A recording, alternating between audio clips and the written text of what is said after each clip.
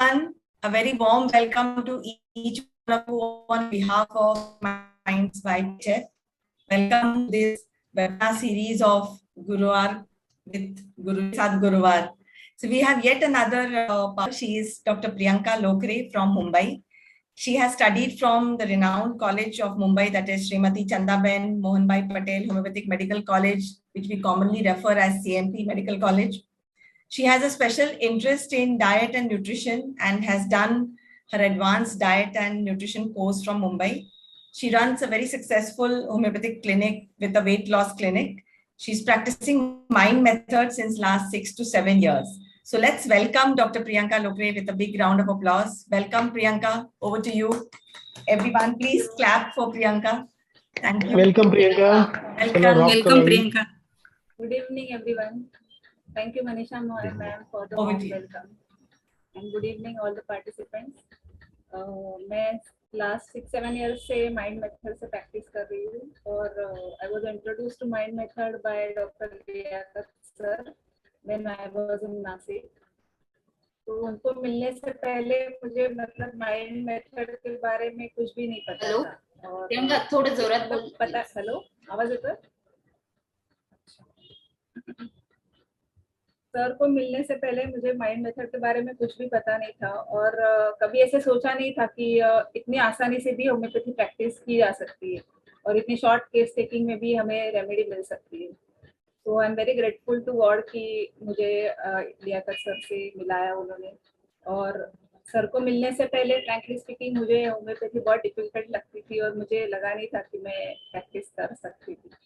तो इसीलिए एक्चुअली वो टाइम पे मैं ज़्यादा डाइट एंड न्यूट्रिशन पे, वेट लॉस पे ज़्यादा फोकस था. और अभी ऐसे हो गया कि अभी मुझे होम्योपैथी में ज़्यादा इंटरेस्ट आ रहा है वो, और वेट लॉस का इंटरेस्ट कम हो गया है. तो all thanks to Liaquat sir. So let's start with today's case.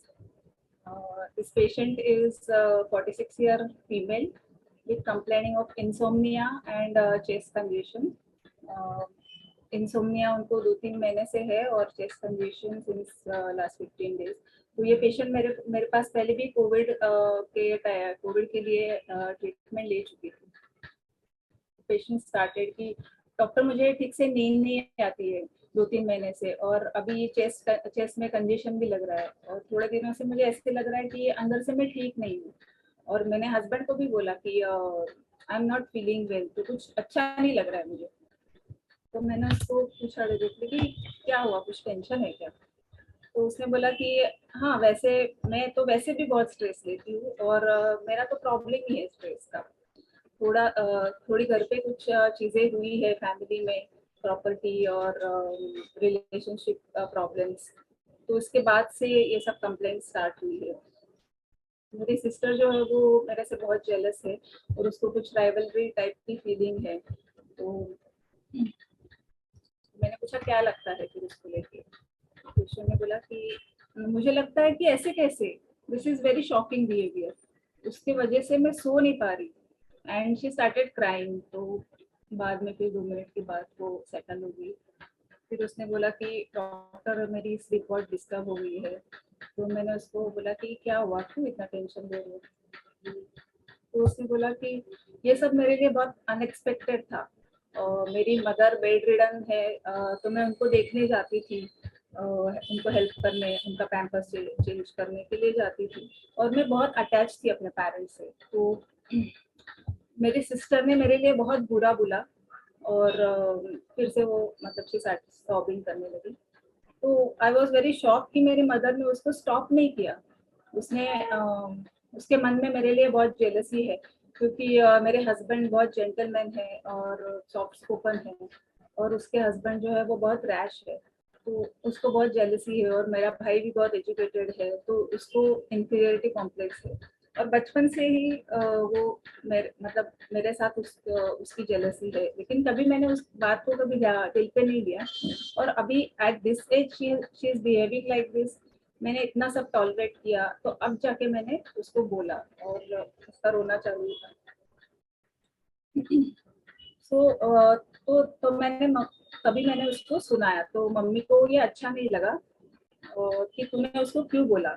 मतलब उसी टाइम पे उसने नहीं बोला, बाद में उसने सिस्टर को बोला, तो उसके मम्मी को अच्छा नहीं लगा कि तूने उसको ऐसे क्यों बोला, जबकि वो इतना मेरे लिए बुरा बोल रही थी। तो मम्मी ने उसको कुछ नहीं बोला और मुझे बोला कि तूने क्यों ऐसे उसके साथ बोला।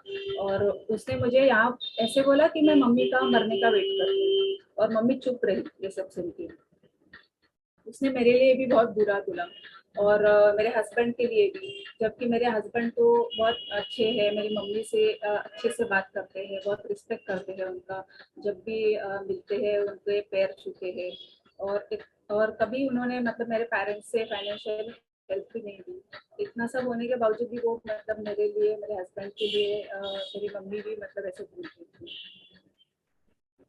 वो मेरे सिस्टर को इसलिए सपोर्ट करती है कि मेरी सिस्टर उसके पास में रहती है और उनका सब करती है। तो तो एक्चुअली वो सिस्टर को मतलब प्रॉपर्टी का लालच है, इसलिए वो सब करती है।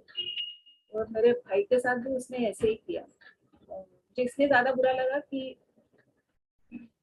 मैं मम्मी का सब करने जाती थी, मतलब मैं दूर रहती हूँ, फिर भी मैं मेरे घर का सब संभाल के मम्मी को देखने जाती थी, हेल्प करने जाती थी, और फिर भी मम्मी ने मुझे ऐसे बोला। तो मैंने उसको पूछा कि क्या हुआ था, क्यों मम्मी मतलब क्यों सिस्टर ने ऐसे क्यों बोला तुमको। तो उसने बताया कि इंसिडेंट कि उसका सिस्टर का जो बेटा है वो कहीं से होम्योपैथी सीख रहा है, और वो उसकी नानी को मतलब इसकी मम्मी को दवाई देता था। तो वो जब गई थी वो दिन, तो उसकी सिस्टर भाई वो बेटा नहीं था, और इसने मम्मी ने दवाई देने बोली, तो इसने मम्मी को दवाई दी। और वहाँ पे बहुत सारे लिक्विड के बॉटल्स रखे थे, तो उसने मम्मी को पूछा और वैसे वैसे वो दवाई इसने दिया। तो उसके बाद में उसकी सिस्टर आई और उसको पूछा कि तूने मम्मी को दवाई दिया क्या, तो इसने बोला हाँ, जैसे मम्मी ने बताया मैंने दे दिया। तो फिर उसकी सिस्टर बहुत उसके ऊपर चिल्लाई कि तूने ये क्यों दिया, ये नहीं देना था, ये इतना नहीं देना था, 10 ड्रॉप देना था, तूने 20 ड्रॉप दिए, और तुझे मम्मी को मारना है क्या। और नेक्स्ट टाइम बोली तू ऐसा है तो तू नेक्स्ट टाइम व्हाइट कपड़े पहन के आना, ऐसे उसने बोला। हेलो। तो इसने बोला कि मुझे क्या पता कि क्या देना है क्या नहीं। तो मम्मी ने जैसे जैसे बोला वैसे ही मैंने दिया। तो वो बोलने लगी कि नहीं, तुझे मम्मी को गलत दवाई पिला के मारना है क्या। तो मैंने बोला फिर आपने क्या कहा उसको। तो वो बोली कि नहीं, मैंने उस टाइम कुछ भी नहीं कहा, क्योंकि इतना मैं शॉक हो गई कि उसके बिहेवियर से, तो मैंने कुछ भी नहीं बोला। उसके बाद में फिर मैंने उसको बोला, मेरे बेटे ने भी बोला कि ऐसे कैसे तुम लोगों ने मेरे मम्मी के साथ बोला। और वो सिस्टर का बेटा था, वो भी मुझे आके बोलने लगा कि आपने ऐसे क्यों किया, जबकि ये बेटा छोटा था, तो मैं उसको संभालने के लिए दूर से जाती थी। तो ये भी मेरे साथ ऐसे बोल रहा था, मेरी सिस्टर भी ऐसे बोल रही थी। मुझे तो, मैं सच बोल रही हूँ कि मुझे बिलीव ही नहीं हो रहा है कि ऐसा मतलब ऐसा इन लोगों ने मेरे साथ किया। तो मुझे नींद में भी यही सब दिखता है, और इन सब बातों से मेरी स्ट्रेस लेवल बहुत ज्यादा हो गई है, और ये सब उनका एकदम अनएक्सेप्टेबल बिहेवियर है। और अब मुझे पता चला कि इनके अंदर इतना सब जहर भरा हुआ है। और तो ये सब होने के बाद मैंने अपने अंकल से और भाई से भी बात की, तो मुझे बहुत कुछ चीजें इनके बारे में मतलब अलग ही स्टोरी मुझे कुछ पता चली कि बचपन में मेरे पेरेंट्स ने मेरे भाई को ग्रैंड मदर के पास छोड़ा था जब वो बहुत छोटा था तब, क्योंकि इनको 3 3 बच्चे वो संभाल नहीं सकते थे, ऐसा रीजन से उन लोगों ने ग्रैंड मदर के पास उसको रखा था। तो उसको भी पेरेंट्स के प्रति गुस्सा है मन में, और स्पेशली माँ के बारे में। और अंकल ने भी फिर बताया कि मम्मी ने कैसे पापा को उनकी फैमिली से अलग किया। तो मुझे पता ही नहीं था इतना सब, और मेरे मन में मम्मी के लिए इतना है, तो मैं मम्मी पापा को मैं बहुत मानती थी, उनकी अंधभक्ति करती थी। और ये सब मेरे लिए बहुत शॉकिंग है। और अभी तो मेरे सिस्टर ने मुझे भी मेरे पेरेंट्स से अलग किया प्रॉपर्टी के लिए। मुझे प्रॉपर्टी का लालच नहीं है, लेकिन मुझे बुरा लगता है कि उनको सच्चाई नहीं दिख रही है। वो उनके सामने मुझे सब बोल रहे थे, लेकिन मतलब उन लोगों ने कुछ भी नहीं बोला। और मैंने ये सब एक्सपेक्ट ही नहीं किया था। मुझे नहीं लगता कि कोई सिविलाइज इंसान ऐसे इस तरह से बात कर सकता है। और मैं अभी भी नींद में उठ के सोचती हूँ कि इन लोगों ने मेरे साथ ऐसे कैसे किया, कैसा कर सकते हैं ऐसे। This is the case.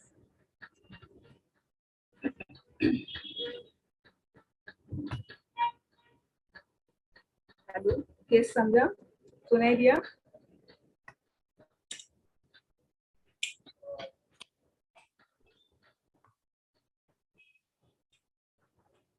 Hello,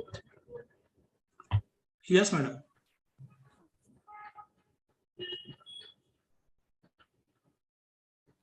कोई कुछ बोलना चाहेगा? डिसअपॉइंट हुई है ये लेडी, और मदर की एंगर भी है उसको कि मैं जिस जहाँ उसको सपोर्ट करना चाहिए था वहां पे मदर ने सपोर्ट नहीं किया है, और इंडिग्नेशन भी हुआ है उसका।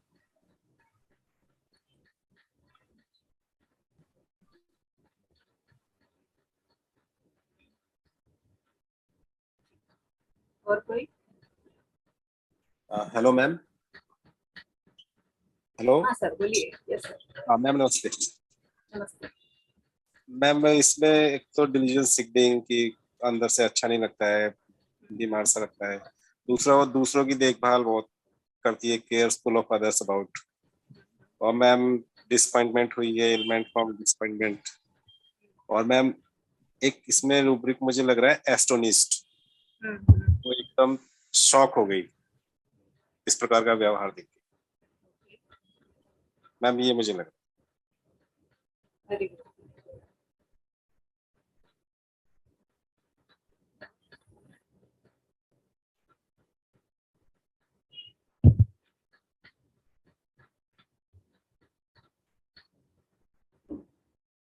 और कोई?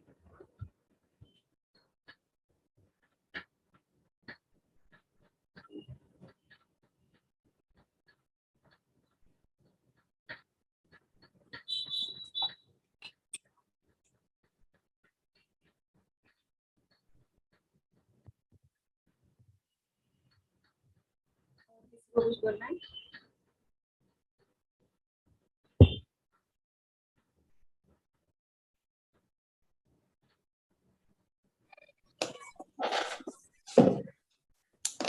हेलो। हेलो। हाँ मिस। रेमेडी कोई बताएगा? रेमेडी क्या?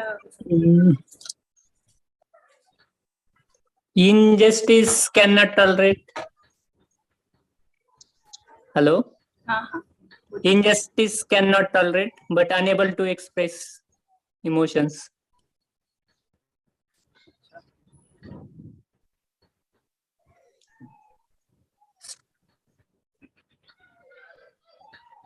रूब्रिक क्या है लेकिन? रुब्रिक तो ये ना, injustice unable to express। Rubric तो रूब्रिक पढ़िए। सेपिया हो सकता है क्या? सेपिया।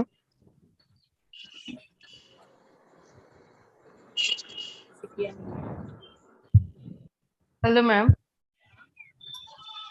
हेलो। यस यस, बोलिए। मैम सिम्पाटम का फील आ रहा है रिलेशन ब्रेक के बाद सब कंप्लीट स्टार्ट।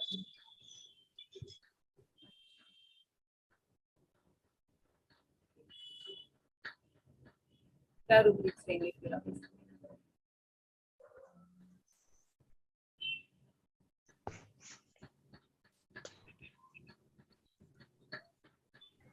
Hello, ma'am. जी बोलिए। Ma'am, actually, I came a little bit late. So, can you brief the case, ma'am? Actually ये जो लेडी है उसको स्लीपलेसनेस की प्रॉब्लम है, चेस्ट कंडीशन है, और ये सब मतलब एक इंसिडेंट्स के बाद चालू हुआ था। तो उसकी मदर बीमार रहती है, बेड रिडन है, तो वो उसको देखने जाती थी। तो इसका घर दूर था, और तो वहाँ पे वो मम्मी को देखने जाती थी। तो एक दिन वो जब गई थी तो वो मम्मी को मतलब उसने दवाई दी। तो एक्चुअली उसका जो सिस्टर का बेटा है, वो कहीं से होम्योपैथी सीख रहा है, तो वो मम्मी को होम्योपैथी दवाई देते रहता है। तो बहुत सारे बॉटल्स वहाँ पे रखे हुए थे और इसने फिर मम्मी को दवाई दे दी। तो उसके बाद में फिर उसकी सिस्टर आई और सिस्टर ने उसको चिल्लाया कि तुमने गलत दवाई दे दिया, इतना ये नहीं देना था, वो नहीं देना था, और इसके ऊपर चिल्लाई। और उसके बाद उसके बेटे ने भी आके उसको बहुत कुछ बोला और ऐसे तक बोला कि तुमको मम्मी को मारना है क्या गलत दवाई देगी, और ऐसा है कि तुम नेक्स्ट टाइम तुम वाइट क्लॉथ्स पहन के आना, ऐसे सब बोला। तो ये सब इंसिडेंट्स के वजह से वो एक्चुअली उसका वर्डिंग ये था कि मैं ये सब से बहुत मैं शॉक हो गई हूँ और मुझे एक्सपेक्ट नहीं था कि ये लोग मेरे साथ ऐसे करेंगे, और ये अनएक्सेप्टेबल बिहेवियर था मेरे लिए। और ये सब मम्मी देख रही थी, वो लेटी हुई थी वहां पे, फिर भी मम्मी ने मेरा साइड नहीं लिया और वो सब सुन रही थी। और जब मैंने उसको बाद में बोला कि जवाब दिया, तो उसके बाद मम्मी ने मुझे ही बोला कि तुमने ऐसे क्यों बोला, और उसकी सिस्टर को, उसके बेटे को कुछ भी नहीं बोला। तो इन शॉर्ट यही सब था। तो वो हिस्ट्री बता रही थी कि बचपन से उसकी सिस्टर को उसके मतलब जेलसी है उसके साथ और भाई के साथ, और थोड़ा इंफीरियरिटी कॉम्प्लेक्स है। तो बचपन से ही वो मतलब क्योंकि सिस्टर का हस्बैंड बहुत अच्छा है और सिस्टर भी बहुत ब्यूटीफुल थी और सबके साथ मतलब ऐसे फ्रेंडली रहती थी, तो उसके बहुत सारे फ्रेंड्स वगैरह थे। तो ये सब चीजों की वजह से वो बचपन से ही मतलब जेलसी उसको था, लेकिन इसने कभी ध्यान नहीं दिया था। लेकिन अब वो इस तरह से बात कर रही थी और फिर मम्मी ने भी उसको सपोर्ट नहीं किया। और सबके बाद उसको फिर कुछ उसके भाई ने भी उसकी मम्मी के बारे में, सिस्टर के बारे में कुछ कुछ बातें बताई अंकल ने। तो उसको मतलब वो अलग ही स्टोरी कुछ पता चली, वो बोल रही थी मुझे। और मतलब मैं मम्मी पापा को अभी तक मतलब बहुत मानती थी और उनकी जैसे अंधभक्ति करती थी। तो अभी ये कुछ अलग ही साइड मेरे सामने आई है और मैं अभी तक बिलीव नहीं कर पा रही हूँ कि उन लोगों ने मेरे साथ ऐसे किया और कोई मेरे साथ ऐसा कैसे कर सकता है। वही वो बार बार बोली जा रही थी। तो in short this is the case. Okay, ma'am. Okay. Hello ma'am. हाँ एक्चुअली जैसे अभी मैंने भी केस अभी दोबारा में ही पूरा सुना है। आपने एक बात बोली लास्ट में कि वो बार बार यही कहे जा रही थी कि कोई मेरे साथ ऐसा कैसे कर सकता है। इसका मतलब इस लेडी के अंदर खुद को लेकर कुछ तो है कि वो खुद को कुछ तो समझती है कि भाई मेरे साथ ऐसा नहीं होना चाहिए। तो मुझे ऐसा लगा जैसे थोड़ा डिग्निटी अपने आप में महसूस करती है, यानी हम अपने आप को कुछ समझते हैं तो हमें अनएक्सपेक्टेड ही होता है अगर कोई दूसरा हमारे साथ कोई रिएक्शन करता है।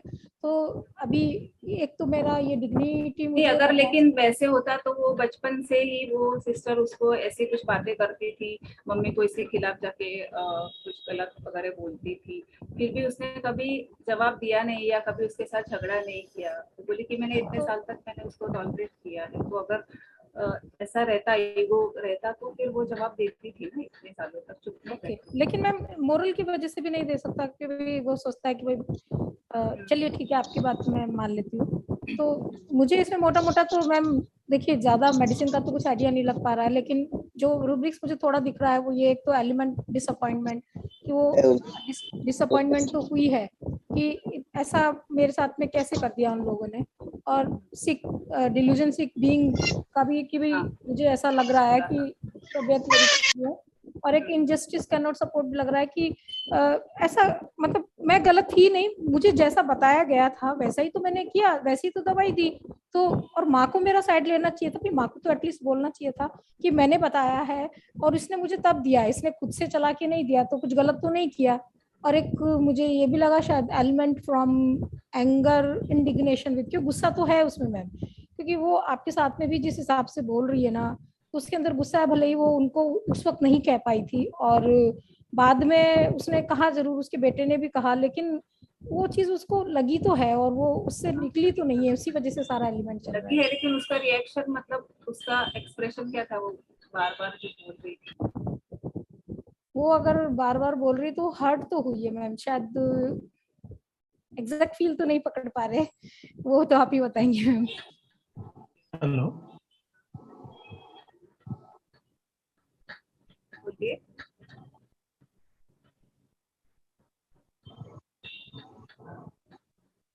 बोल रहा था ना? नहीं मेरा नहीं किया, सॉरी।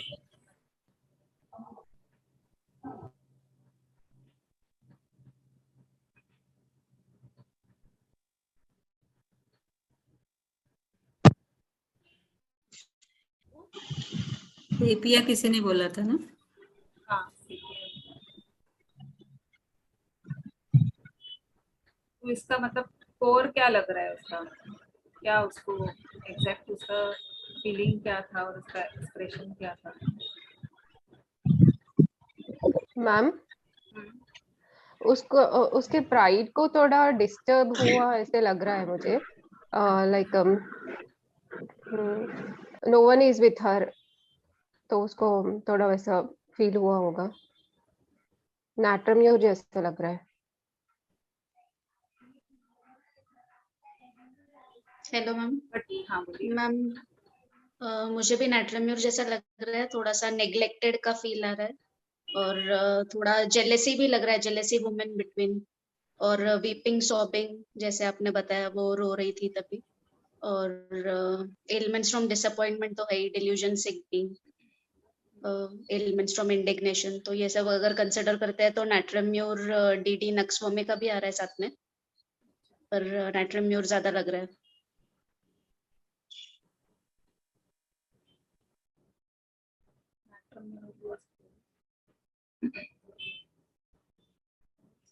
वो बार बार क्या बोल रही थी? मतलब आपने फर्स्ट टाइम भी केस सुना, तभी मैंने बहुत बार बोला था कि वो बार बार एक ही वर्ड बोली जा रही थी। क्या बोल रही थी जिन्होंने फर्स्ट टाइम केस सुना है? कि वो मेरे साथ ऐसा कैसे कर सकते हैं शायद। और क्या बोल रही थी? तो मतलब this is very shocking for me, तो बोल रही थी ना बार बार।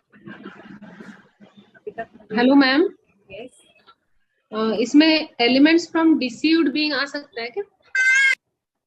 डिसीव्ड मतलब कुछ गलत हुआ कुछ तो मेरे साथ। डिसीव का मतलब गलत नहीं होता है ना? धोखा। धोखा नहीं हुआ है। अच्छा, डिसअपॉइंटमेंट तो है ही मैम, मुझे डिसीव्ड लग रहा था। रॉन्ग सफर्ड का फीलिंग आ रहा है इसमें। हाँ, रॉन्ग सफर्ड, रॉन्ग लैकेसिस लग रहा है।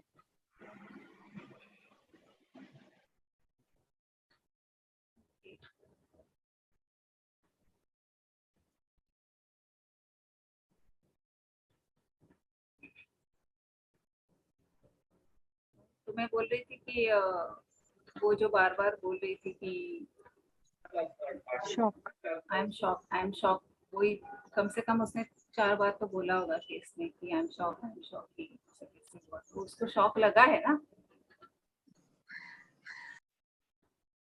क्योंकि उसने कभी एक्सपेक्ट ही नहीं किया था कि ऐसा हो सकता है और मेरी मम्मी भी मेरा साइड नहीं लेगी, तो वो सब उसके लिए बहुत शॉकिंग था।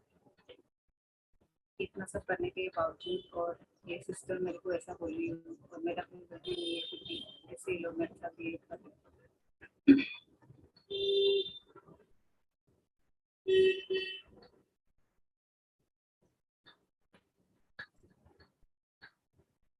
हेलो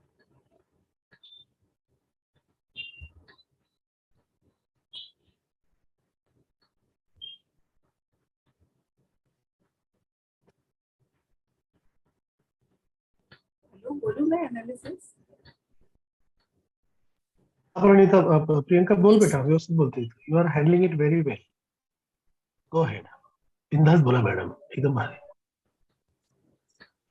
तो फर्स्ट तो मैं उसी से गई, मतलब जो बार बार बोली थी और उसका एक्सप्रेशन जो लगा, आपको भी लगा, फील हुआ जब मैंने बताया।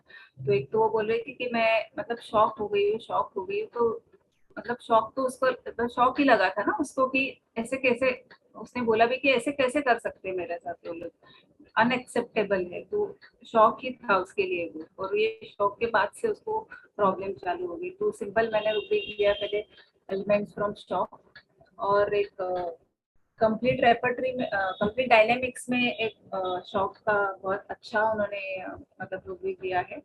Shock, mental upset, being stun, element from, shock, mental upset, being stun, elements from. तो एग्जैक्टली वो स्टन ही हुई थी ना, मतलब ऐसे कैसे वो स्टन हो गई थी कि कैसे कर सकता है मेरे साथ ऐसे कोई। तो उसको दुख तो था, गुस्सा भी था। हेलो, ये रूब्रिक रिपीट कीजिए ना। Shock, mental upset, being stun, elements from. मतलब एलिमेंट्स फ्रॉम शॉक का ही कंप्लीट डायनेमिक्स में इस तरह से ये रूब्रिक दिया हुआ।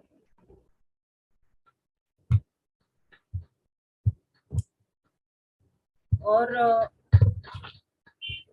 दूसरा जो था वो मतलब मुझे बहुत स्ट्रांगली उसमें फील हुआ कि वो एस्टोनिश हो गई थी ना, कि मतलब कैसे ऐसे बोल सकते, कैसे मेरे साथ ऐसा कर सकते हैं, मतलब मुझे बिलीव ही नहीं हो रहा है मुझे। तो वो एकदम उसके लिए एकदम मतलब आश्चर्यचकित हो गई थी, बस एस्टोनिश मुझे बहुत ज्यादा उसमें लगा कि कैसे ऐसे कर सकते हैं लोग।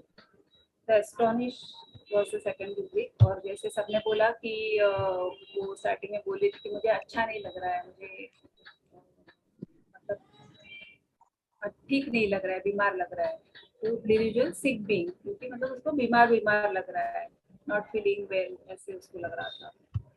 और जो उसके सिस्टर ने और उसके सिस्टर के बेटे ने उसके साथ बोला, उन लोगों ने चिल्लाए और उसको रिप्रोच किया ना कि तुमने मतलब उसको दोष दे रहे थे कि तुमने मम्मी को मारने की कोशिश की, और ऐसे उसको गलत गलत इल्जाम लगा रहे थे उसके ऊपर।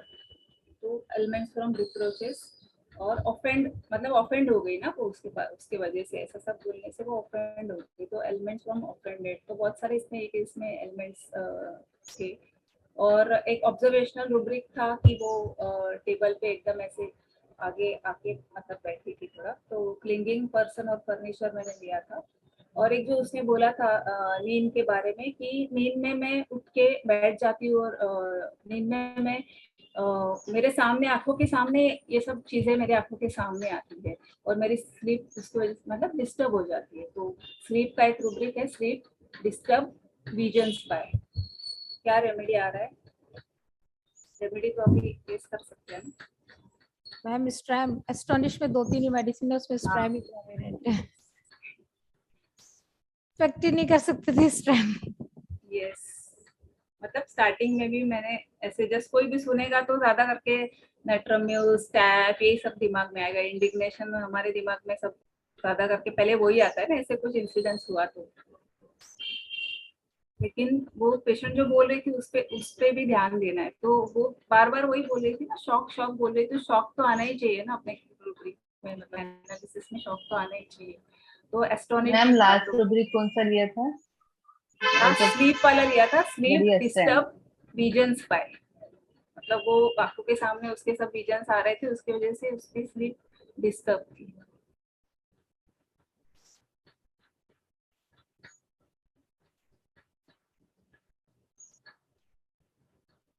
सर बोला thank you madam, out of the box नहीं सोचा था उस टाइम। एक्चुअली से मैं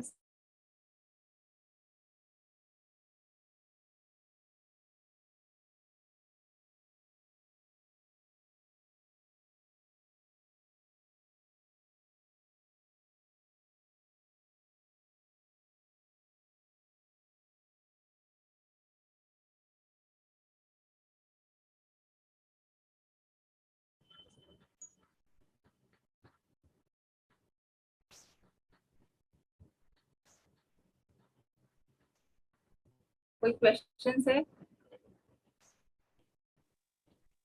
हेलो मैडम, हाँ वो एस्टोनिश्ड एंड स्टन्ड उसमें क्या डिफरेंस है?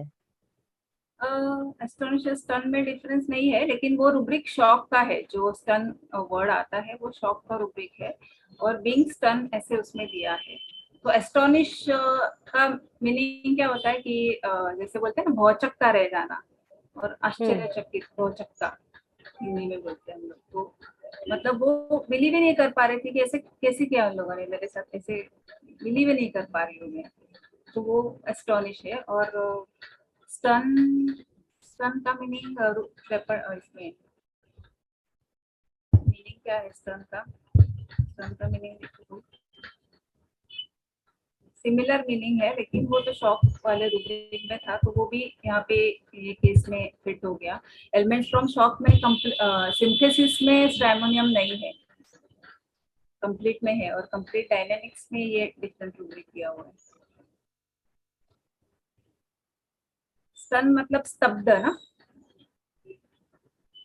आई थिंक कि वो स्पेसिफिक स्टंट, वो रूब्रिक एकदम परफेक्ट स्टंट है उस हिसाब से लिया है। और नहीं मुझे शॉक तो था ही मीन्स ना, शॉकिंग उसको वो हाँ वो शॉक। तो है, राइट राइट, कि वो और वो स्पेसिफिकेशन भी है कि वो स्टंट रहेगी, यानी बहुत मीन्स सरप्राइज थी क्या क्या है ये। तो फिर अगर like suppose if I am taking one, तो एस्टोनिश्ड जरूरी है लेना, means I am really not sure कि वो दोनों मिलके एक ही मीनिंग कन्वे करते हैं। हाँ मतलब एक्चुअली वो रूब्रिक तो ये मैंने डायनेमिक्स में बाद में देखा, लेकिन एलिमेंट्स फ्रॉम शॉक सिर्फ रूब्रिक था ना, शॉक एलिमेंट्स फ्रॉम ऐसे रूब्रिक थे, तो उसमें ये सन वर्ड नहीं था। वो लकीली मतलब मैंने डायनेमिक्स में देखा तो मुझे मिला है। हाँ हाँ तो मैंने लिया था उसकी एक्सप्रेशन से, और इस तरह से वो बात कर रही थी। हाँ हाँ, यानी रिट्रो में वो स्पेसिफिक हाँ, रूब्रिक मिला है, मिला राइट। है। ओके ओके वो बेसिक जो रूब्रिक है एलिमेंट्स फ्रॉम शॉक है, लेकिन सिंथेसिस में हाँ स्ट्रैमोनियम नहीं है एलिमेंट्स फ्रॉम शॉक में, कंप्लीट में है। तो अगर हाँ, कंप्लीट सिंथेसिस से जाते तो वो कवर नहीं होता, मतलब स्ट्रैमोनियम में नहीं दे सकते, इसीलिए यानी शॉक है वो रूब्रिक नहीं है, रूब्रिक है, स्पेसिफिक वो एलिमेंट्स नहीं फ्रॉम है, शॉक है, लेकिन उसमें स्ट्रोमोनियम नहीं है। स्ट्रैमोनियम रेमेडी नहीं है। और एस्टोनिश में तो है, एस्टोनिश्ड में है स्पेसिफिक। एस्टोनिश में है।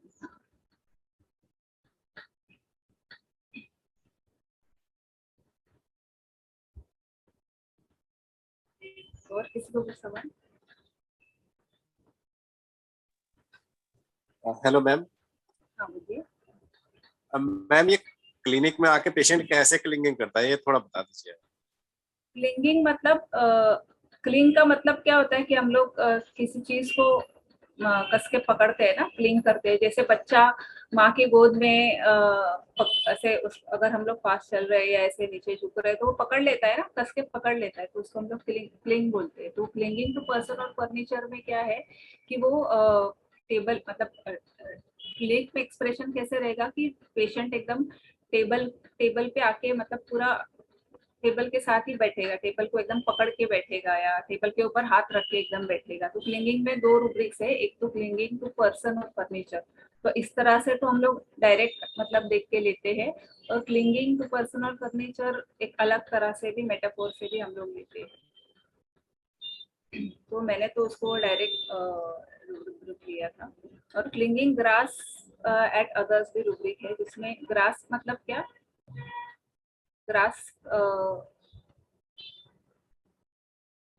ग्रास करते मतलब एकदम जैसे ग्रास, क्लिंगिंग ग्रास में क्या होता है कि पेशेंट टेबल पे मतलब टेबल पे आके हाथ रखेगा, लेकिन वो एकदम ऐसे आगे आके बैठ जाता है, एकदम ऐसे आपको लगेगा कि वो अभी मतलब एकदम आपके पास में गले मतलब इतना पास में आएगा कि वो क्लिंगिंग ग्रास मतलब एकदम चिपक जाएगा, ऐसे ऐसे लगेगा कि अभी वो लेट जाएगा टेबल पे, ऐसे हम लोग को फीलिंग आएगा, इस तरह से वो प्रेजेंट करेगा, इस तरह से बैठेगा। मैम अभी आपने बोला कि क्लिंगिंग फर्नीचर को आप लोग मेटाफोरिकली अलग तरीके से भी लेते हैं, तो वो भी एक बार थोड़ा सा बता दीजिए। तो मेटाफोर में इस तरह से लेते हैं कि बहुत सारे पेशेंट्स रहते हैं जो आते हैं और हमारे साथ रिलेशन बनाने की कोशिश करते हैं, मतलब आके बताएंगे कि मैं इसने मेरे को भेजा है और मैं इसका भाई हूँ या बहन हूँ, या ऐसे करके अपने साथ आके वो थोड़ा रिलेशन बनाने की कोशिश करेगा, मतलब अपने को चिपकने की कोशिश करेगा। इन शॉर्ट पहचान दिखा के मतलब ट्रीटमेंट अच्छा मिले या कोई भी इंटेंशन हो सकता है, तो वो इस तरह से क्लीन करेगा कि अपने को लगेगा कि अरे ये चिपक रहा है आके, ऐसे पल्सेटिला ज्यादा करके ये इसमें क्लीनिंग पर्सन फर्नीचर में बहुत कॉमनली हम लोग देखते हैं, क्लीन करते हैं वो आके, या मतलब बार बार आपको ऐसे आपके साथ एकदम स्वीटली बात करेंगे और हमेशा ऐसे कुछ दिखा के, पहचान दिखा के कुछ भी ऐसे अपने नजदीकी बढ़ाने की कोशिश करेंगे। इस तरह से भी थैंक यू मैम।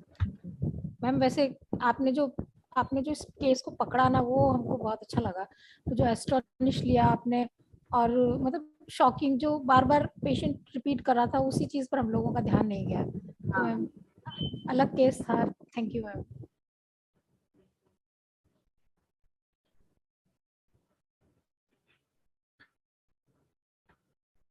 किसी को कुछ बोलना है?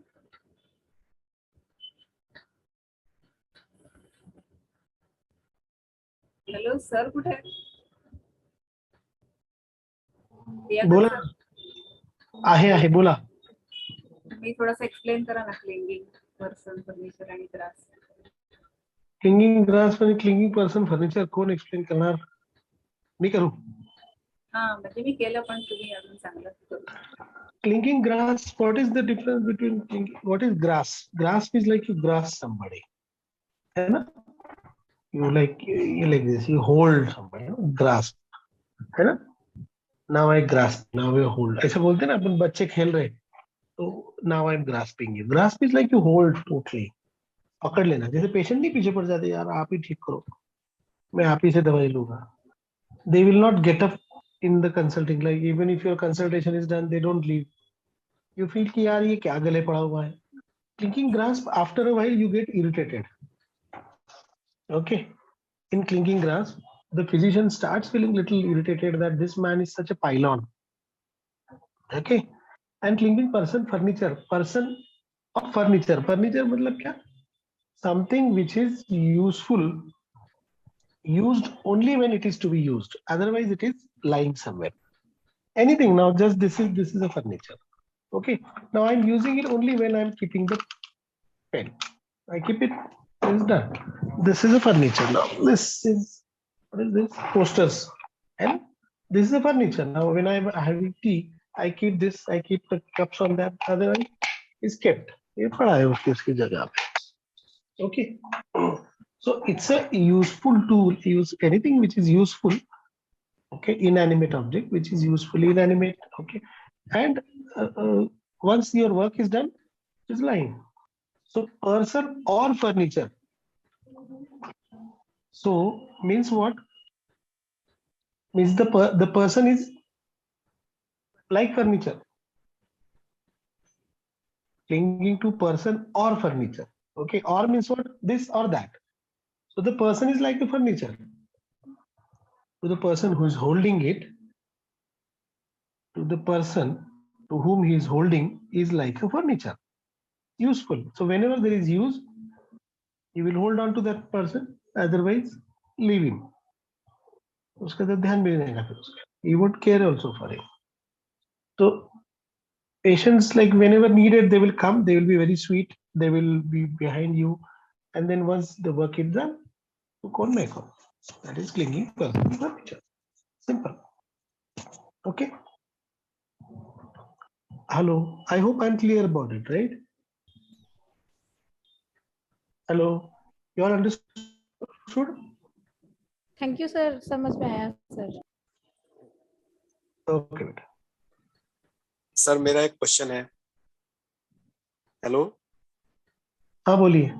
सर नमस्ते. नमस्ते. सर जैसे एक पेशेंट है और वो 2-3 साल से मेरे पास दवा लेने चला आ रहा है लगातार, तो सर वो क्लिंगिंग लिया जाएगा या परसिवरेंस? नहीं, दोनों भी नहीं. दोनों भी ले सकते हैं, दोनों भी नहीं ले सकते हैं. अब देखो 2-3 साल से अगर आ रहा है और अगर फर्क नहीं पड़ रहा है तो you cannot prescribe on the state, today's state now. You have to go back to the case taken on the first time. Patient को ठीक लग रहा है क्या अभी? Hello, is the patient feeling better? नहीं सर, मैं तो केवल एक सिचुएशन पूछ रहा हूँ. नहीं, हाइपोथेटिकली नहीं ले सकते. 4 साल तक अगर आपके पास पेशेंट आ रहा है तो या तो आप बहुत स्मार्ट हो या पेशेंट पागल है. मतलब अगर आपके पास कोई फर्क नहीं पड़ रहा है फिर भी 4 साल तक अगर आ रहा है तो मतलब आप कनिंग हो. You are very smart that you can hold on to the patient for 4 years for even if उसको फर्क नहीं पड़ रहा है. या तो फिर पेशेंट का दिमाग खराब है यार वो मतिमंद है, मतलब उसकी मति मारी हुई है, वो आ रहा है आ रहा है। मतलब वो आपका भक्त बन चुका है। हेलो, मतलब वो आपका भक्त है और भक्त को दिमाग नहीं होता है। Yes sir. यहाँ पर भक्ति मतलब नो क्वेश्चंस आस्क्ड ना। Yes sir. Either you are a charming man, either you are very charming, or the नहीं सर, person is. चार्मिंग नहीं हो। नहीं मतलब I am talking about the situation. हाँ सर, एक पेशेंट है मेरे पास, 3-4 साल से आता है, जैसे चुपचाप दवा गवर्नमेंट लेके कुछ, चला जाता है। देखो मैं आपको एक सिचुएशन दे रहा हूँ कि गवर्नमेंट कुछ काम नहीं कर रही है, महंगाई बढ़ा रही है, सब बेच रही है, सब कर रही है, फिर भी आप उसी को वोट देते जा रहे हैं। तो इसमें दोनों भी एट फॉल्ट है ना, मतलब वो गवर्नमेंट भी बेकार है, वो आपको बराबर पागल बना के रख रही है, और आप पागलों की जैसा वोट दे रहे हो। ये वो वाला सिचुएशन होगी, बराबर ना। तो सर हीडलेस हो सकता है क्या ये? नहीं सर, इसमें हीडलेस का सवाल ही नहीं आता है, ये ऐसा सिचुएशन होता ही नहीं है। मैंने मेरी जिंदगी में देखा नहीं कि 4 साल तक आपके पास फर्क नहीं पड़ रहा है फिर भी पेशेंट आ रहा है आपके पास। ऐसा नहीं होता है, इट्स नॉट पॉसिबल। कुछ सर और मेरे इंटरेस्ट है पास फिर। एक पेशेंट है सर, मेरे पास आ रहा है 3-4 साल से। देखो अभी 4 साल से दवा 3-4 लेता साल है, का। चला जाता है सर। हाँ बेटा, लेकिन कुछ तो होगा ना उसको रिलीफ, बीच बीच में आप रिलीफ देते होगे ना कुछ। हाँ सर, जब मैं पूछता हूँ कि भाई आराम आ रहा है तुमको कि नहीं, कि हाँ आपकी दवा से ठीक लगता है मुझे। या फिर है ना, शाम भी फर्क हो है। सकता है ना वो, हाँ शाम भी हो सकता है। नहीं रहे सर ये पेशेंट्स की हो सवाल कैसे पूछ रहा सकती है, ये सवाल ही ऐसे पूछ रहा है, भाई तुमको आराम आ रहा है क्या? ऐसे नहीं आप पूछो हाँ भाई आप कैसे हो, है ना, कैसे हो ये सवाल पूछना, हाँ आपको आराम आ रहा है। देखो मैं ऐसी केस पे कमेंट ही नहीं कर सकता जो केस मुझे पता नहीं है, और हर चीज के लिए रूब्रिक मत निकालो आप। You are not physician, is treatment of the patient is not hunting the rubrics ना बेटा। Treatment of the patient is to understand the patient and use the rubric, suitable rubric, whatever it is, whether it is physical, mental, particular, whatever, and use the rubric for the state, for the totality, and then give results. That's it. ये hypothetical situation पे मुझे नहीं लगता। See, I am a responsible doctor. I don't want to mislead you all by telling that it can be perseverance, it can be charmed, it can be what. No, it's very illogical for me to answer your question. You tell me the whole case, I might help you. Okay sir, है ना? Thank you sir. Religious भी हो सकता है ना, religiously follow कर रहा है डॉक्टर। मैं क्या बोल रहा हूँ मानिक, तुम ये 50 पॉसिबिलिटीज आएंगी भैया, वही बोल रहे हैं। There will be hundreds of possibilities. That's what I'm telling. And एक स्टेट पे नहीं दे सकते ना अपनी, क्यों आ रहा है? मैं तो बोला ना कुछ फर्क पड़ रहा है, इसलिए आ रहा है बंदा, उसको कुछ ना कुछ असर दिख रहा है। देखो होपफुल भी हो सकता है ना, तो किसी सांस में कि यहाँ ठीक हो जाए, ऐसा भी होता है ना। तो जरूरी नहीं है कि क्या ले, मत लो उसके लिए कोई, इस बात के लिए रूब्रिक मत लो, इस बात को सिर्फ समझो कि हाँ ये बंदा अपने पास 4 साल से आ रहा है, बस ये इतना ही इसको पकड़ो। This is not a rubric ना, if the person is coming to you constantly, you can not make rubric out of that. क्या ये प्रूविंग के अंदर ऐसी कोई चीज मिलती है क्या कि बंदा आ रहा है? नहीं। तो जो आपको मैं एक चीज बता दूं, हमेशा याद रखिए, मैं हूं ना हूं, ये चीज याद रखिए कि जो भी चीजें प्रूविंग में मिली है, जो भी चीजें प्रूविंग रिपोर्ट में मिली है, उन्हीं रूब्रिक्स को ज्यादा तवज्जो दो, ठीक है? ये सबसे इंपॉर्टेंट चीज। तभी तो हम लोग डिलीजन बीइंग इंजर्ड, ये डिलीजन परसिक्यूटेड, जैसे अभी मैडम ने एस्टोनिश लिया, स्टन लिया, जो भी हम लोग रूब्रिक लेते हैं, जैसे रॉन्ग सफर्ट लेते हैं, एंगर लेते हैं, अल्टरनेटिंग स्टेट्स लेते हैं, श्रीकिंग लेते हैं, जो भी लेते हैं, एंग्विश लेते हैं, एलिमेंट्स फ्रॉम शॉक लेते हैं, एलिमेंट्स फ्रॉम इंसल्ट लेते हैं, एलिमेंट्स फ्रॉम जो भी मॉडिफिकेशन लेते हैं, ये सारे के सारे हमको प्रूविंग में मिली हुई चीजें, राइट? तो जो भी वही तो है ना, क्या है basic principle of homoeopathy is what? Drug proving ना, drug dynamization, drug proving, and then matching the same symptomatology and giving and prescribing. तो ये बेसिक को मत भूलिए आप, समझ रहे हो? Hello, am I clear? Hello, yes sir. Yes yes, बहुत बढ़िया। Yes sir. सर ये कभी भी हेलो, बड़े बड़े एक्सपर्ट्स की जैसा मत बैठ के बातें किया करो। कभी भी जिंदगी में जिस वक्त आपकी ग्रोथ स्टॉप हो जाएगी, जिस वक्त आप अपने आप को एक्सपर्ट समझोगे, जिस वक्त आप एलोपैथ्स की तरह बड़ी बड़ी बातें करने लगोगे ना, आपकी ग्रोथ स्टॉप हो जाएगी, आप नया नहीं कर पाओगे। प्लीज रिमेम्बर, वो मत होने दो। ग्रोथ स्टॉप हो जाएंगी, फिर वही एलोपैथी हो जाएगा हमारा। वो नहीं बड़ी बड़ी थियरीज करते कि this drug acts through this channel and then फला फला चैनल, और वो फिर वो ड्रग बैन हो जाता है 6 महीने बाद में, वो चैनल भी जाता है खड्डे में, वो भी चले जाते हैं।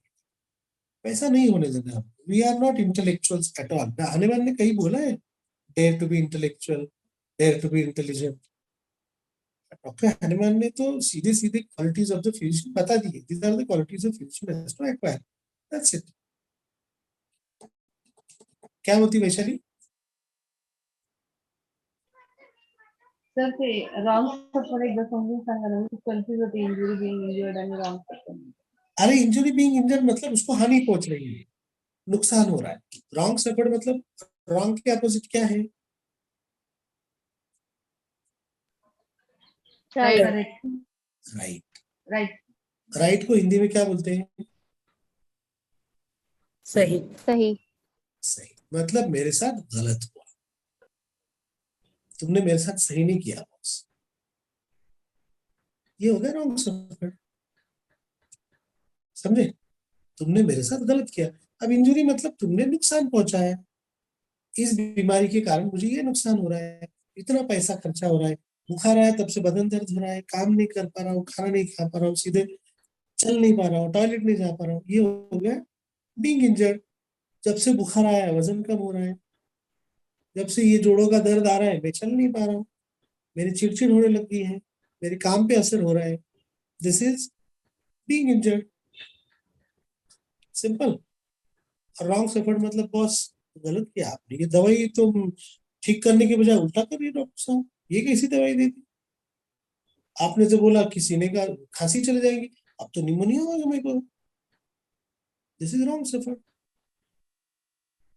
ओके, हेलो, मेरी सास ने मेरे साथ में अच्छा नहीं किया, मेरे पति ने, है ना, बीवी ने अच्छा नहीं किया, हस्बैंड ने अच्छा नहीं किया, ये गलत किया, तुम लोग गलत कर रहे हो मेरे साथ में, ये हो गया रॉन्ग सफर, सिंपल।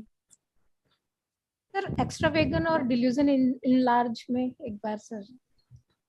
एक्स्ट्रा वेगस मतलब एक लिमिट क्रॉस कर जाना, एनलार्ज मतलब कोई भी चीज बढ़ जाना। एनलार्ज के अंदर लिमिट नहीं होता है, एक्स्ट्रा वेगस में एक सेट लिमिट होता है। Thank you sir. Enlarge can be anything ना बेटा, एक का 2 हो गया कैन बी एनलार्ज, लेकिन एक्स्ट्रा वेगस में आप लिमिट रखते हैं, आप बोलते भाई अभी लिमिट क्रॉस हो गई, बोलते ना लोग सर आप मेरे बर्दाश्त के बाहर, सर आप इससे ज्यादा मैं खर्चा नहीं कर सकता।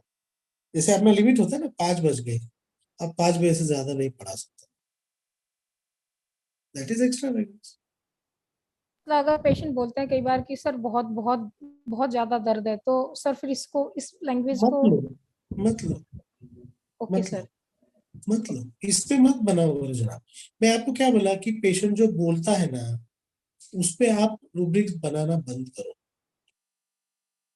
ये बहुत बेकार फैशन चल रहा है जो सप्रेशन की तरफ लेकर जाता है। रोगी ने ऐसा कहा तो ये रूब्रिक लेना चाहिए, रोगी ऐसा कहता है तो ये रूब्रिक आता है, ये मत लो। ये इनिशियली समझने के लिए ठीक है, लेकिन हम लोग आपको क्या बताते हैं, व्हाट, हाउ एंड व्हाई। तो more importance to how, why, then how, then what. अब जैसे मैडम ने एस्टोनिश लिया है ना, तो एस्टोनिश क्या था उसका, वो पेशेंट का हाउ था ना, मतलब वो भौचक्का हो गई, वो था ना स्टन, ये क्या है? समझ गए? दिस इज नॉट व्हाट ना, this is you are touching the person immediately. समझ गए? जी सर। तो आय वाले रुपये ज्यादा लो। जैसे मैं बताता हूँ एक चीज हमेशा कि सर ये आर्सेनिक कैसे दे दिया आपने, ये तो इतना दानशूर है, तो चैरिटेबल के अंदर तो आर्सेनिक नहीं है, बिनाविलेंस के लिए बिनाविलेंस के अंदर तो आर्सेनिक नहीं है। अरे लेकिन भैया क्यों दान कर रहा है?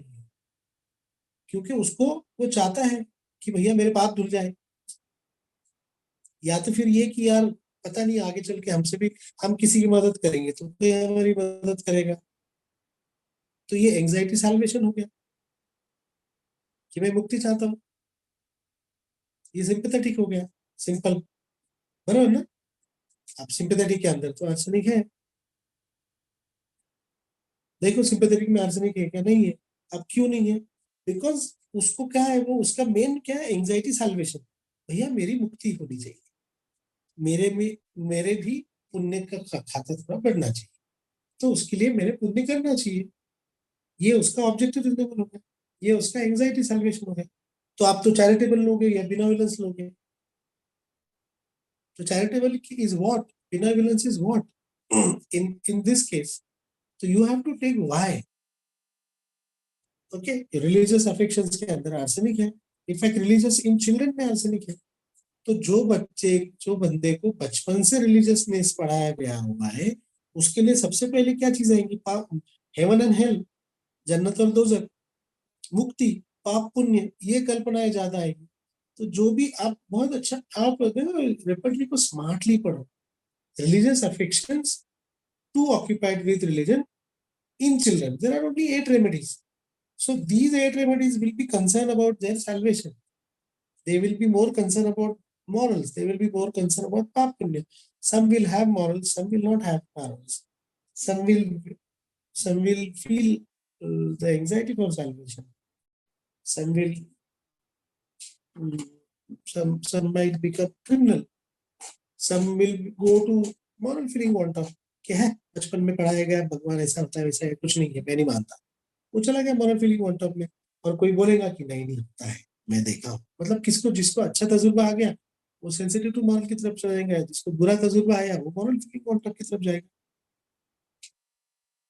जिसको बुरा तजुर्बा आया वो क्रिमिनल की तरफ चला जाएगा। जिसने देख लिया कि यार ये मौलाना मौलवी या फिर ये जो अपने पुजारी लोग हैं ये पैसा लेके माफी करा देते, वो फिर क्रिमिनल बन जाएगा कि चलो कुछ नहीं होता, खरीद सकते हैं अपन, भगवान को क्या दान पुण्य कर दो, इतना कर दो, माफी मिल जाती है। समझ रहे हो क्या? जी sir. Sir one more question और सर, अभी तक हम लोगों का ये कंफ्यूजन दूर नहीं हुआ कि जैसे पेशेंट जो आपके पास आता है, जैसे अभी मैम ने बताया स्ट्रोमोनियम है, तो सर ये क्या अब जब भी प्रॉब्लम में आएगी तो स्ट्रोमोनियम रहेगी या बदल सकती है? तो सर ये कैसे जज करें? बदल सकता है ना सर? मैं वही बता रहा हूँ बेटा, उसको उस वक्त के लिए स्ट्रोमोनियम लगा था। ये मैं आपको सबको वही समझा रहा हूँ। ये जो आप लोगों ने कॉन्स्टिट्यूशन का एक जो गलत मतलब ले लिया है ना, गलत मतलब ले लिया आप लोगों ने कॉन्स्टिट्यूशन का। कॉन्स्टिट्यूशन मतलब वो permanent structure of the person नहीं है, उसका टोटलिटी के अंदर आया हुआ एक स्टेट है। हाँ, ज्यादातर चलता है, काफी लोग ज्यादातर अवस्था में चलते हैं। मैंने खुद में पिछले 2 साल में 5 दवाइयां ली, 5-6। इनफैक्ट अभी मैं 3rd साल में था तो वापस मुझे एक अलग दवाई की जरूरत पड़ी थी। तो ऐसा नहीं है। अब मैं तो कितना स्ट्रॉन्ग पर्सनैलिटी हूँ, सही नहीं? मेरे तो कितने सारे फंडे क्लियर है, स्पिरिचुअल ये वो सारे क्लियर है, कितना पढ़ा हूँ। तो ये नहीं है कि आप आगे अभी स्ट्रेमोनियम तक फिर चलने दो स्ट्रेमोनियम पे, ऐसा नहीं है, ऐसा नहीं है। Thank you sir. Sir hello, नमस्ते सर। नमस्ते। मैं रंजीत आर्य बोल रहा हूँ सर। बोल सर ये डिलूजन इंजरी बीइंग इंजर्ड और डिलूजन परसिक्यूटेड, मैंने बहुत सारे वर्जन पढ़े कि मैं पेशेंट जब बोलता है कि मैं परेशान हो गया हूँ, देखो मैं परेशान परेशान हो हो गया गया उसे बोलना, भाई बोलना अलग चीज है और सच में परेशान होना अलग चीज। खाली बोल दिया डॉक्टर साहब परेशान हो गया, 6 महीने से बीमारी चल रही है, अब ये परेशान, ये है परसिक्यूटेड? यहाँ अपन परसिक्यूटेड ले लेते हैं सर, नहीं लेंगे हम, और फिर कुछ भी नहीं लेंगे। रिजल्ट नहीं आता, रिजल्ट मैं भी नहीं दोनों भी नहीं आता। लूंगा, मैं दोनों भी नहीं लूंगा। अच्छा 6 महीने से परेशान, और ठीक ठीक, क्या परेशानी है आपको? कुछ नहीं डॉक्टर साहब, अब ये 6 महीना हो गया, शुगर चल रहा है, अभी तक ठीक नहीं हो रहा है, फिक्र लग रहा है। परेशानी तो है ना डॉक्टर साहब, खर्चा होता है, मैं अकेला आदमी हूँ, कमाने वाला, बच्चा है। अब क्या लोगे आप? डिल्यूजन परसिक्यूटेड, एंजाइटी चिल्ड्रन है, बरोबर? एंजाइटी पैसे की चिंता ज्यादा लग रही है। मैं ये कभी, मैं कुछ भी नहीं लूंगा, ये तीनों भी नहीं लूंगा। मैं और गहरा जाऊंगा, भाई 6 महीने से बीमार हूँ, डायबिटीज है, तो मैं डायबिटीज क्यों हुआ उधर जाऊंगा कि भैया बताइए आपके जीवन में ऐसा क्या हुआ, क्यों आपके जीवन की मिठास खत्म हो गई? डायबिटीज मतलब जीवन की मिठास खत्म हो जाना या कम हो जाना या कड़वाहट बढ़ जाना, तो क्या वजह थी बताइए, मैं आराम से लूंगा फिर उसको। ये नहीं कि अरे ठक ठक ठक, anxiety children, responsibility taking too seriously, diligent persecuted, arsenic, चलो भागो। नहीं, गलत हो जाएगा, अन्याय हो जाएगा। We are doing injustice to the patient by thinking like this. आप रूब्रिक ढूंढने की क्यों क्यों पीछे पड़ते हो? Why are you hunting for rubrics? तभी तो मैं नहीं लिख रहा हूँ किताब, मुझे कितने लोग पीछे पड़े, आप लिखिए लिखिए लिखिए। अरे मैं बोला वो मिसलीड नहीं करना है मेरे को भाई, नहीं तो मैं अब तक 50 किताबें लिख चुका होता, मैं नहीं लिख रहा हूँ, इसलिए नहीं लिख रहा हूँ। I don't want to mislead you people.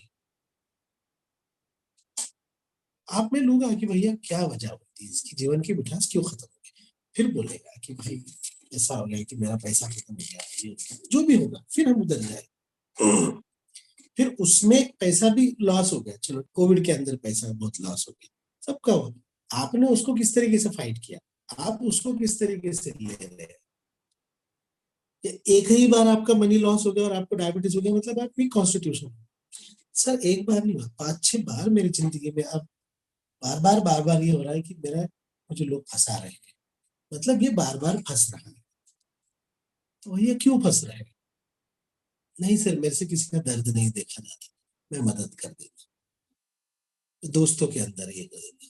फिर मैं रूब्रिक लूंगा बिना एविडेंस, इसको किसी का दर्द देखा जाता नहीं है, बार बार इसको लोग फंसा रहे, फिर भी ये लोगों की मदद कर ही रहा है, ये पैथोलॉजी, ये बिना एविडेंस होने की मुनाफिक। समझ गए कि यार ये इसको दया आ जाती है। फिर सिंपैथेटिक रूब्रिक, सिंपैथेटिक और बिना एविडेंस, ये 2 रूब्रिक लूंगा मैं, बाकी कुछ नहीं लूंगा। देखो अब क्या आता है, और झगड़ते हो गए, लड़ते हो गए, नहीं सर क्यों लड़े, अपन उन लोगों जैसे थोड़ी ना है, उनमें अपने में कुछ फर्क है ना, तो अपने को नहीं आता है सर जगह। अब धोखा दे दिया, फिर क्या रूब्रिक लोगे आप? Hello, quarrelling aversion sir, quarrelling aversion नहीं, डिग्निफाइड, उनमें और हमें कुछ फर्क है ना। अब उससे जाके कहाँ झगड़े सर, वो गंदा आदमी, वो कुछ भी बोल देगा, कुछ भी कैसे कर देगा, अपना इज्जत है क्या नहीं सर? तो आ गया आपका डिग्निफाइड। आप आ गए कहाँ पर? बिना एविडेंस, सिंपैथेटिक, डिग्निफाइड, मैट्रम का मैट्रम को कैलकुलेट। बोलो अब क्या दोगे आप इसमें? Natrum mur sir. क्यों?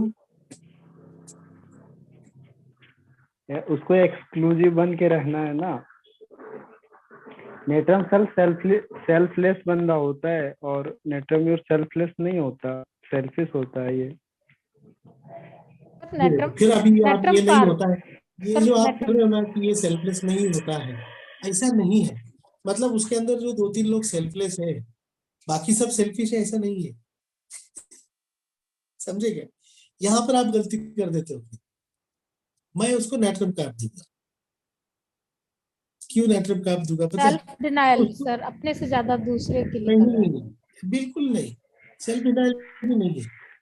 इसके अंदर एक रूब्रिक है ambition not to make money, मतलब इसको जिंदगी में पैसा बनाने में दिलचस्पी नहीं ना।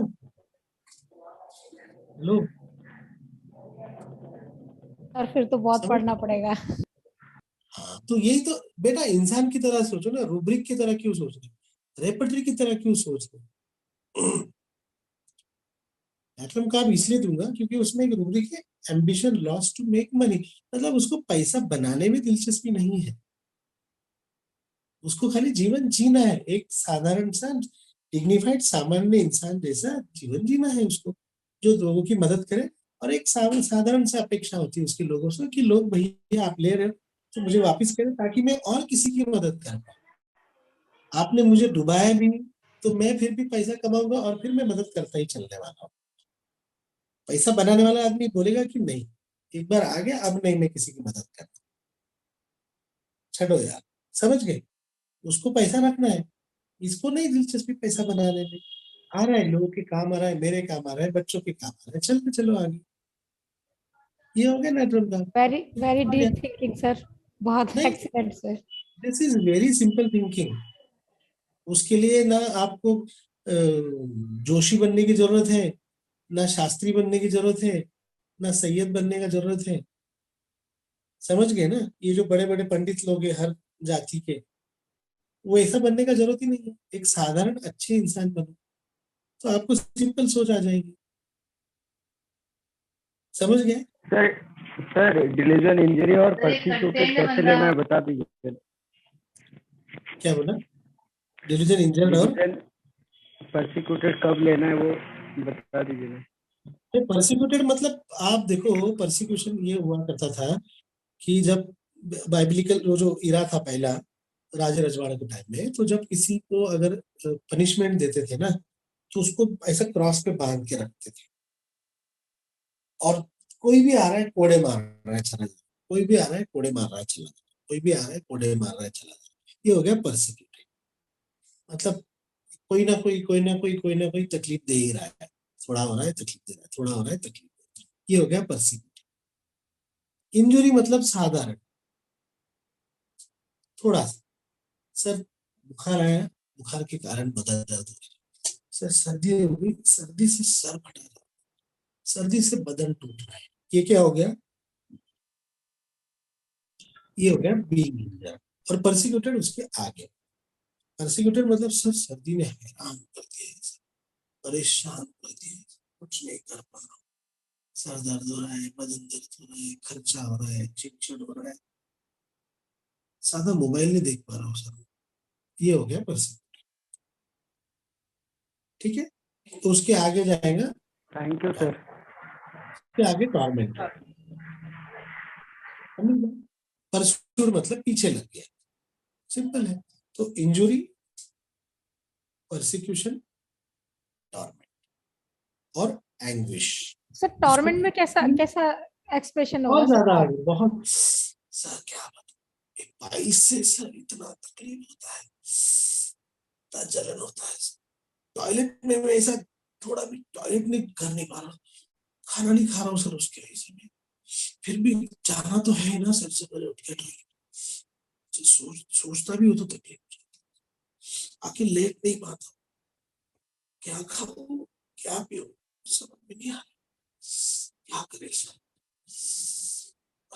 समझ ही नहीं आ रहा है सर, इतना तकलीफ आपको क्या बताएं सर। ये हो गया टॉर्मेंट, जैसे इस पे जुल्म हो रहा है, सिंपल। हम लोग पाइल्स में टॉर्मेंटेड चाइना देते कई बार, इतना सिंपल है, समझे? सर फियर सफरिंग, फिर sir last fear suffering sir. Suffering देखो बेटा, pain is inevitable, suffering is optional, ये कहावत याद है ना?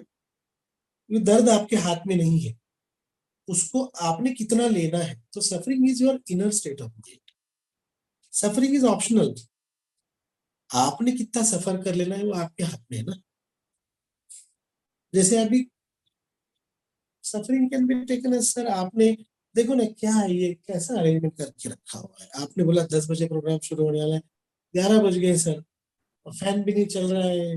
देखो आपका ये चपरासी भी इतने बेकार बात करता है, कुर्सियां भी आपकी ढंग की नहीं है, क्राउड एकदम बेकार है। This is suffering. We have suffered so much because of you. I have suffered a great loss because of you. ये हो गया सफरिंग। कितना तकलीफ हो रहा है सर, देख ले, कुछ होता है ना, ये सफरिंग। ओके, सफरिंग छोटा सा प्रोसेस भी होता है सफरिंग में। Suffering has a process, please remember. Suffering has your own way of understanding, your own way of taking it. Suffering आप खुद लेते हो। एक बंदा बोलता है I am suffering from diabetes, एक बंदा बोलता है I have diabetes.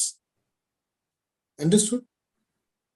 So it is the state of the patient's mind. Suffering is the patient's mind and emotions. More. Okay? आप किस तरीके से ले रहे हो, सफरिंग होता है। Otherwise it can be simply pain. आपको लोग आते हैं इसमें माइग्रेन की बीमारी क्या बताए, अब बोलते क्या है उसमें, तो सिंपल से सर दर्द का एक टाइप है। तो बोलते नहीं सर आपको नहीं पता है, मेरा सर दर्द अलग ही है। सोना पड़ता है यार, कुछ नहीं कर पा रही हूँ, पढ़ाई नहीं कर पा रही हूँ सर में, सर दर्द होता है, मैं इस पे चिल्ला देती हूँ, वो कर देती हूँ। तो वो खुद उसको सफरिंग बोल के ले रहा है, जबकि कोई बंदा उसको सादा सर दर्द बोल के ले सकता है। I have headache sir, I have chronic headache, ऐसा बहुत लोग बोलते हैं। सिंपल है, ठीक है। चलो मनीषा मैडम आगे, thank you. Hello, thank you very much, everyone, for connecting. Thank you, Priya, for a very beautiful case and a nice version of Stramonium for understanding. Thank you, Liaquat, for the inputs, without which this session becomes incomplete. Thank you, everyone. Thank you. Thank you, ma'am.